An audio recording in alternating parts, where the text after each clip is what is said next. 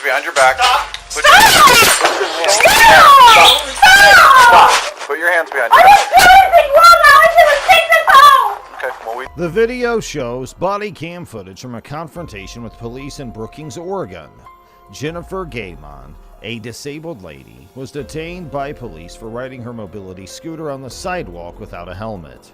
Jennifer, however, was well within her rights to use the sidewalk for her scooter because she is a disabled citizen.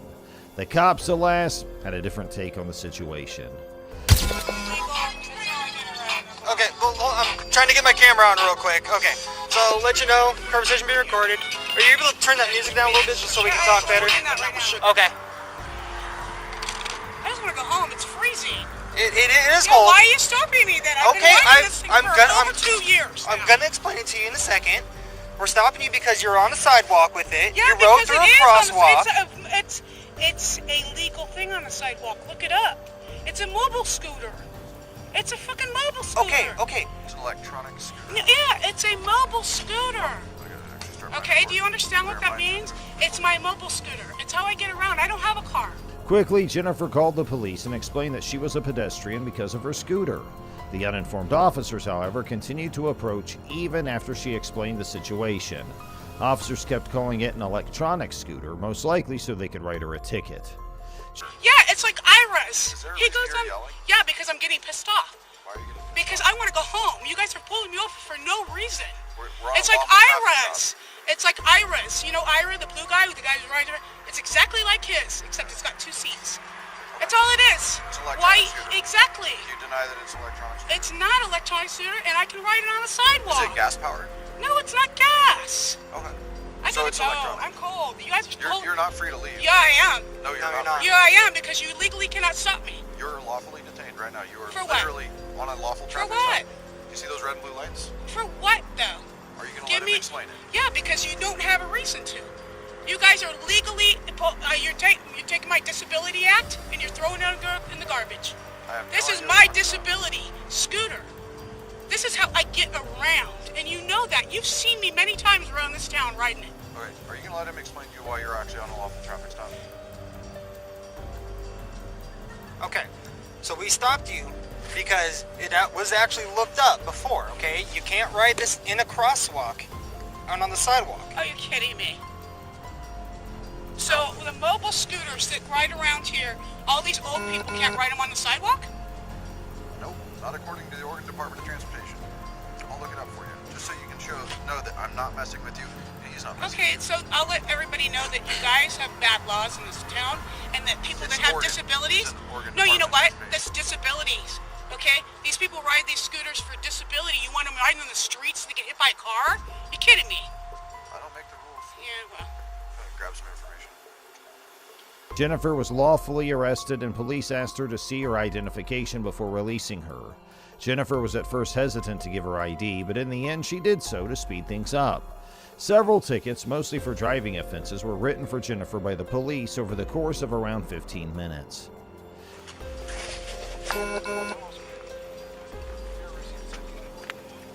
No, I just. Well, I'll go ahead and explain it. No, I know. I've had a citation. Here's the deal. I'm gonna do Thank my you. job. No, I don't need your job. You're not doing your job, though. You're not serving protecting because listen to those people I'm up there. trying to issue a screaming. citation right now, Okay, come on, hurry up. which is actually causing me to pay more attention and address Hurry up. your aggressiveness, which Hurry is the kind of fuck preventing me up. from doing my Yeah, job. just So if you try to reach and grab something out of my hand again, you're going to go to jail tonight. You're Shut gonna up. You understand that? hurry the fuck up. Okay. That was your warning. Your court date is going to be in the law here. Apparently good for the Yeah, of course it didn't. the 6th of December. Yes. I'll double check just to make sure since it didn't bleed through.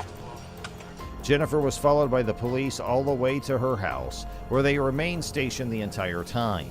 Jennifer was forcefully arrested after police arrived at her garage and filed charges of disorderly behavior and eluding arrest.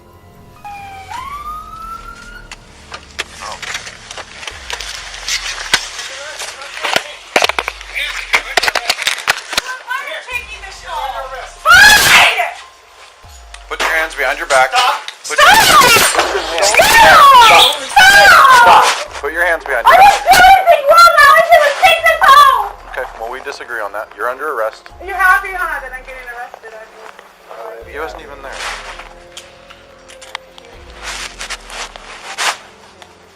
I'm getting arrested because I took this up, and this is a mobile suit. I've been riding this around town for a month, years, and you guys know it. Jennifer was shockingly found guilty on the felony counts and given a 5-day jail term and an 18-month probation period at first. Jennifer, however, decided to launch a lawsuit against the city of Brookings and appeal her conviction on the grounds that she had been wrongfully imprisoned and that her rights under the Disability Act had been infringed upon. The judge sided with Jennifer this time. Her conviction was overturned, and she received a $500,000 payout from the city of Brookings. Now let's move on to our next video. In this video, an unidentified neighbor calls the police to report a domestic disturbance, and the officer's response is caught on camera. The caller said that their 87-year-old mother is being verbally abused, so the police were sent to the scene. However, the reality of the issue turned out to be more nuanced and complex than had been anticipated. Your mother. Do you believe, after hearing my mother, that she is in danger? I heard arguing, and I need to make sure everybody's okay inside the house. What did you hear? What was said? I just heard yelling. I couldn't hear You what just that heard was yelling, and did I not explain to the yelling? Did she not explain to you the yelling? She told you she's fine. Okay. She's sitting on the toilet, and you have to go and see her. I do, yes. The police arrested the man, who we'll call Papa Meatball, outside the residence. They told him that he had to see proof that someone else was there. The neighbor walks up to the conflict and gives a very brash but honest justification. When there is a domestic disturbance, the patrol supervisor is the first person to be absent from the response. Any officer, regardless of jurisdiction, who responds to a domestic violence call involving another officer. Right. Go get somebody now. 1332 is call? Can you start A to check on her feet? We'll have an ambulance come. You'll have the ambulance come in and look at her, too. The ambulance will be here as well. Right. And you're going to pay for it. Okay. That's not necessarily what's going to happen. Well, I'm not paying for nothing. My mom's not paying for nothing because you are forcing this upon us.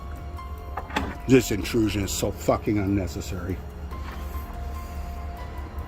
You have no idea how hard it is to take care of old people. I'm sure it's extremely difficult.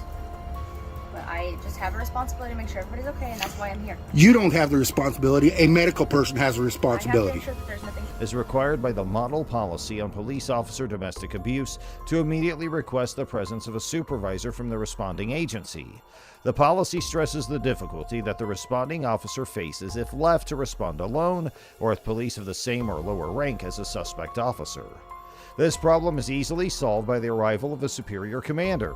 Both cops involved in this event were patrol officers and not supervisors. I'm a caretaker. My mom is 87 years old and she's deaf. And I have to yell at her when she's in the shower to get her to hear my instructions. So the neighbors called the police on me because they think I'm screaming and damaging my mom. And they won't take my word for it. I opened the door. They asked my mom if she's fine. She said, yes, I'm freezing because I'm naked on the toilet. Yet they won't take her word for it either.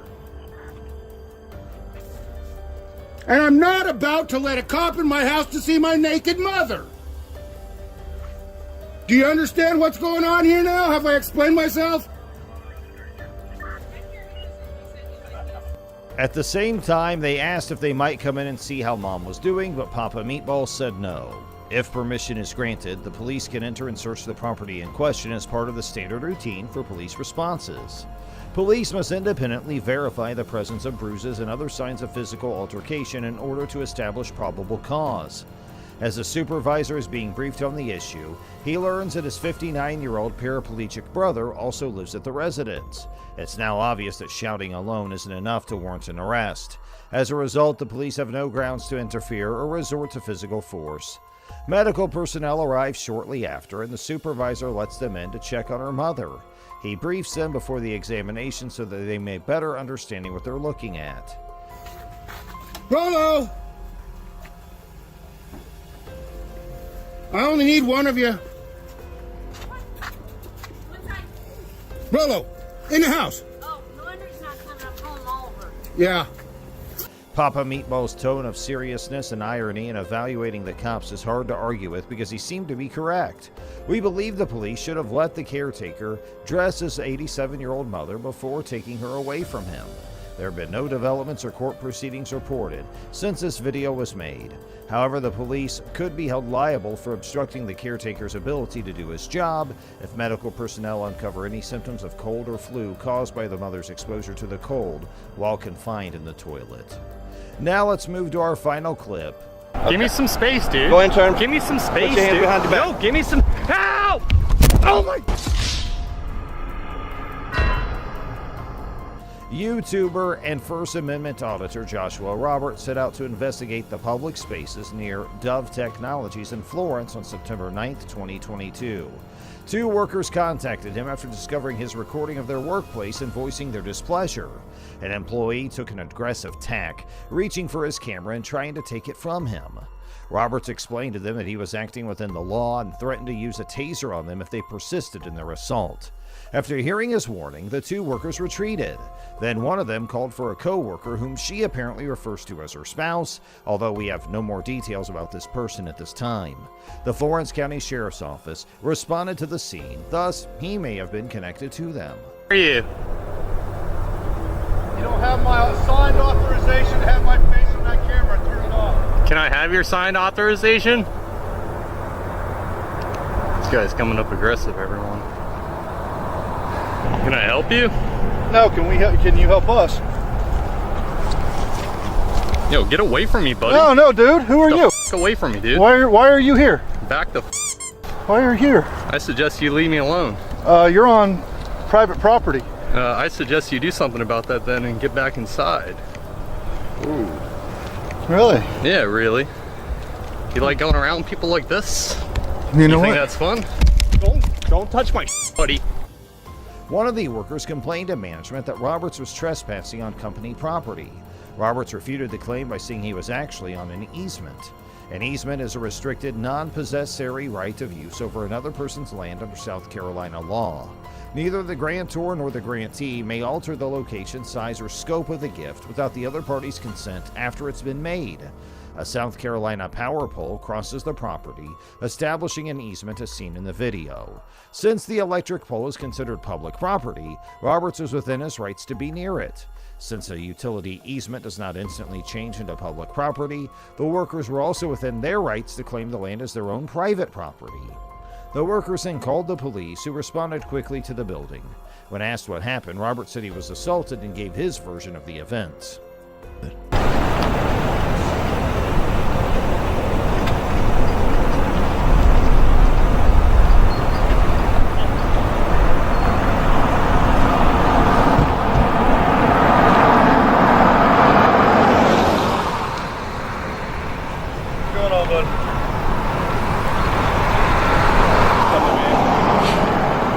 Oh, nothing. Just getting assaulted out here. That's about it.